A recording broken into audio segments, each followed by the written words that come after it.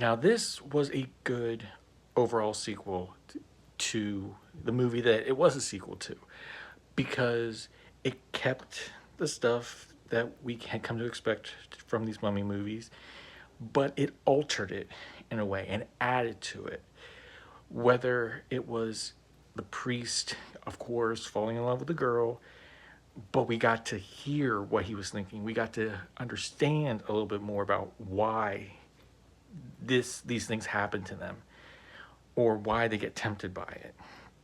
We got the opening scene like we always did, but it moved on quickly. We didn't really have any flashbacks to either of the previous films, and we just got bits and pieces. We heard what we needed to hear.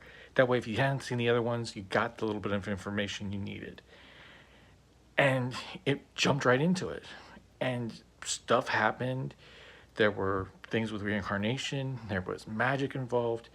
You know, they never really took the time necessarily to explain everything, but they didn't need to. That was one of the good things about this movie. They just, like I said, they just jumped into it. They just started telling the story, and you just accepted what was going on. And yet it still felt believable because it was within this world where a mummy exists.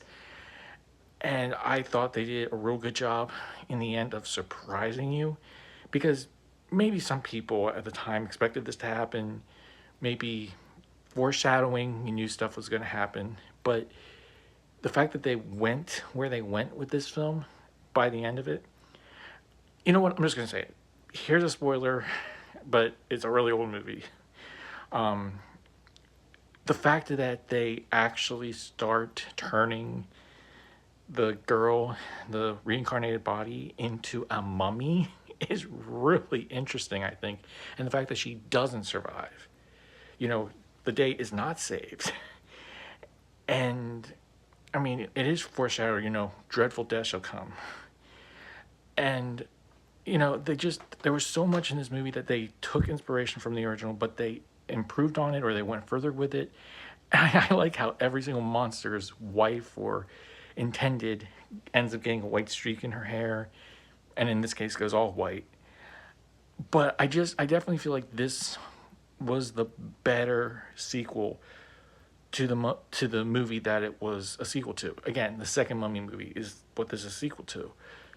So I am curious about what happens with the next one, but overall, like I said, this is definitely a better sequel, and this is the one I would recommend watching over the last one.